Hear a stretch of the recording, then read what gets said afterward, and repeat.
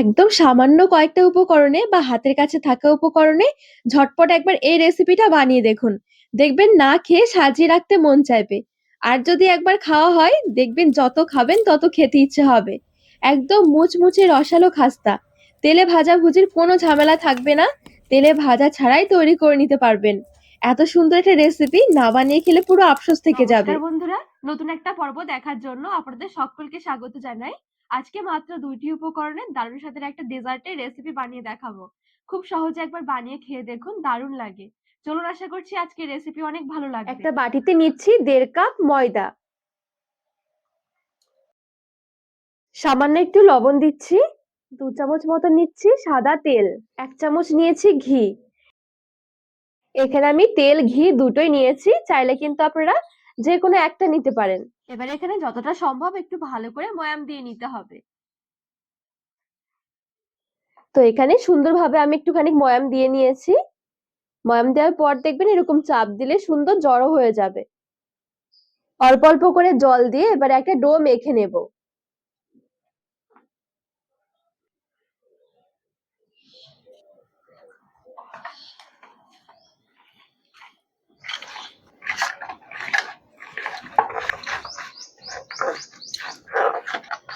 তো এই দেখুন এখানে সুন্দরভাবে আমি ডোটা মেখে নিয়েছি। আর ডোটা যে একদম নরম হবে এমনটা নয়, একটু শক্ত করে মাখাতে হবে। আমি একটু ৫ মিনিটের জন্য রেস্টে রাখবো। রেস্টে রাখার পর কিন্তু আরেকটু সফট হবে। ঢাকা দিয়ে এবার একটু রেস্টে রেখে দেব। ততক্ষণে একটু চিনির রস বানিয়ে নেব। একটা হাঁড়িতে নিয়ে নিচ্ছি 1/2 কাপ চিনি। অনেক বেশি রসের দরকার হবে না, একটু রস হলেই হবে। সমপরিমাণ দিচ্ছি জল, একটু কেশর নিচ্ছি, ২-৩টে এলাচ একটু মুখ ফাটিয়ে দিয়ে দিলাম। এবারে চিনিটা গলে যাওয়া পর্যন্ত একটু অপেক্ষা করব। এখানে রসটা কিন্তু অনেক বেশি ঘন হবে না, জাস্ট চিনি গলে গিয়ে ফুটে উঠলে কিন্তু রস রেডি হয়ে যাবে। তো সুন্দরভাবে দেখুন চিনি গলে গিয়ে রসটা ফুটে উঠেছে। এবার আমি আঁচটা বন্ধ করে দিচ্ছি।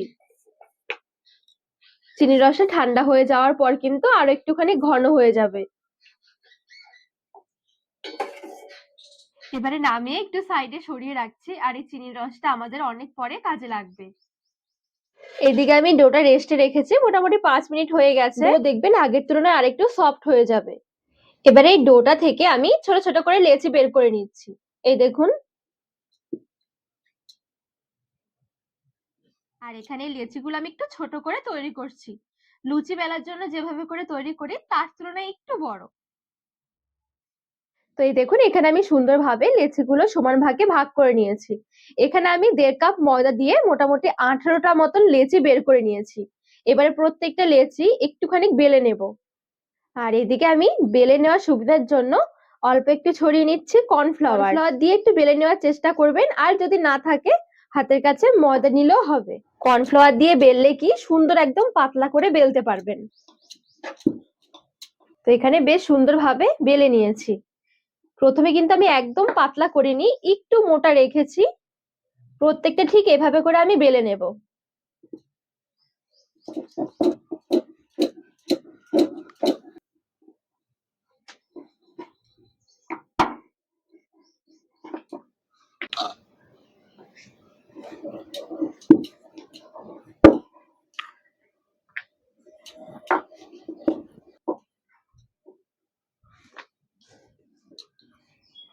তো এখানে সুন্দরভাবে আমি 18টা লেচি থেকে 18টা রুটি বেলে নিয়েছি।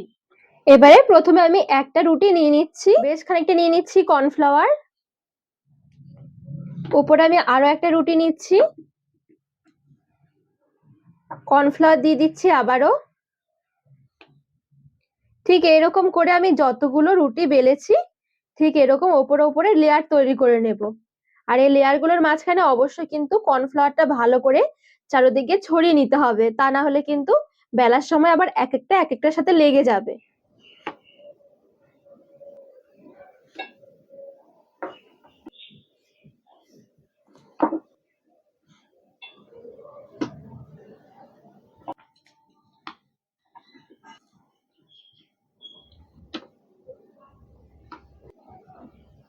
তো এখানে দেখুন প্রত্যেকটা রুটি আমি যতগুলো তৈরি করে রেখেছিলাম সবগুলো সুন্দরভাবে একটা লেয়ার তৈরি করে নিয়েছি। এবারে হাত দিয়ে যতটা সম্ভব একটুখানি স্প্রেড করে নিতে হবে।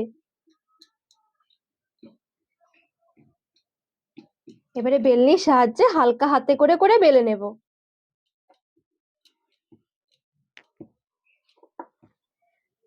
এখানে আস্তে আস্তে করে হালকা হাতে যতটা সম্ভব একটু বড় করে বেলে নিতে হবে। যে কয়েকটা রুটি ছিল প্রত্যেকটা রুটিকে একদম কাগজের মতন পাতলা করে নিতে হবে। তো এখানে বেশ সুন্দরভাবে আমি হালকা হাতে বেলে অনেকটা বড় করে নিয়েছি। আর এই সাইড গুলো আমি একটু কেটে নিচ্ছি, এটা না কাটলেও হয়।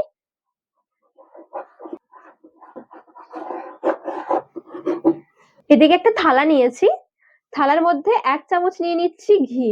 ঘিটা একটু ভালো করে চারিদিকে ছড়িয়ে নিচ্ছি। ঘি না দিতে চাইলে এ পর্যায়ে একটু সাদা তেলও দিয়ে নিতে পারেন বা বাটারও দেওয়া যাবে। এবারে আমি এদিকে একটা নিয়েছি লাঠি, ঠিক এই সাইডটাই রাখছি।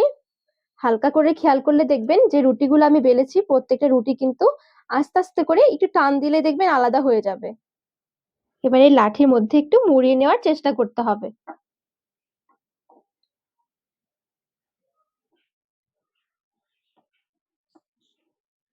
আর এই কাজটা কিন্তু অবশ্যই একটু হালকা হাতে আস্তে আস্তে করে করতে হবে, তাহলে দেখবেন যে প্রত্যেকটা রুটি ছিল খুব সুন্দর একদম আস্তে আস্তে এটা আলাদা হয়ে যাবে।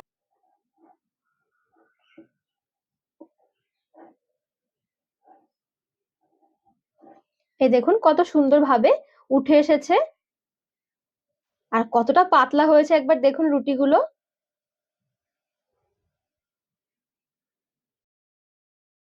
এবারে ঠিক এরকম করে আস্তে আস্তে করে করে নিতে হবে। এই দেখুন একটু টান দিয়ে এটা বের করে নিতে হবে।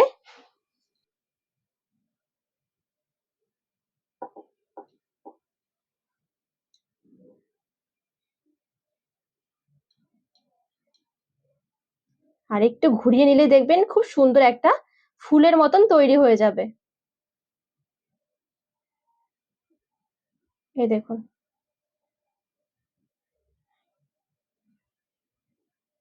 ঘি মাখানো থালার মধ্যে নিয়ে নিচ্ছি।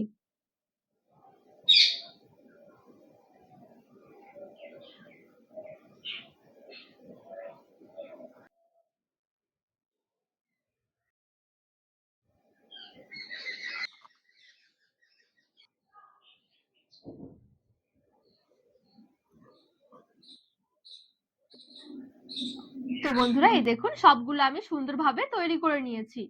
এবারে ব্রাশের সাহায্যে আমি বেশ খানিকটা ঘি ব্রাশ করে নেব।